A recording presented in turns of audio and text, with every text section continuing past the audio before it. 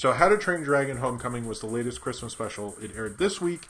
And basically at first I wasn't really too keen on this Christmas special. Basically because, like, if you saw the end of How to Train Your Dragon 3, you sort of know that, like, it kind of ended perfectly. You know, How to Train Your Dragon 3 might not have been the best movie or anything like that, but it ended very cohesively. I thought we were fine with that, and I was a little, like, annoyed by a Christmas special even happening.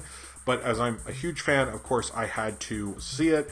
And I was a little worried when watching it because it's so heavy on the continuity of the How to Train Your Dragon films that I wasn't sure if anyone who wasn't aware of them, which, I mean, they are big movies, most people are, would even really want to watch this thing and would be able to follow it. My daughter was watching with me and she seemed to follow it fine. I don't know if she was just, like, happy with all the stuff in it or anything like that. I quite liked it, actually. I thought it did a nice job of kind of, like, using the continuity that's already there. Having, like, Hiccup having a daughter who hates dragons is a nice touch. Frankly, if they're ever going to reboot it, they should pick that plot line up again.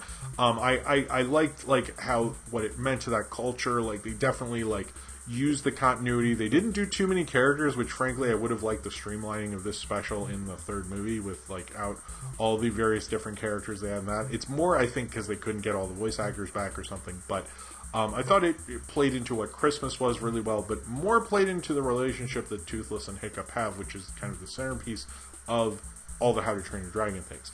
And going into kind of the legacy and the lore of it, but also kind of the idea of Christmas and family, and how kind of part of Hiccup's family is Toothless, and part of him growing up was Toothless, and him being around is important. And I think one of the things about How to Train Your Dragon is it treated the dragons as pets, and pets are an important part of your family, and I think that was very heartwarming and beautiful. And I really liked what they did with the special. I was really surprised because I honestly wasn't for it. I'd heard it was good, but I was, like, kind of, like, a little shrugging that they were even frankly doing it. I thought it was a dumb idea, but I thought they did a really good job with bringing these characters back, and I wouldn't have a huge problem with them, like, doing another one in a couple years or something like that if they're going to do it on this level, where it's, like, clearly, like, the dragons, like, visit and, like, no one really knew, and, like, they did it very, it was in a very classy way. I thought they handled it actually very well, so I liked it.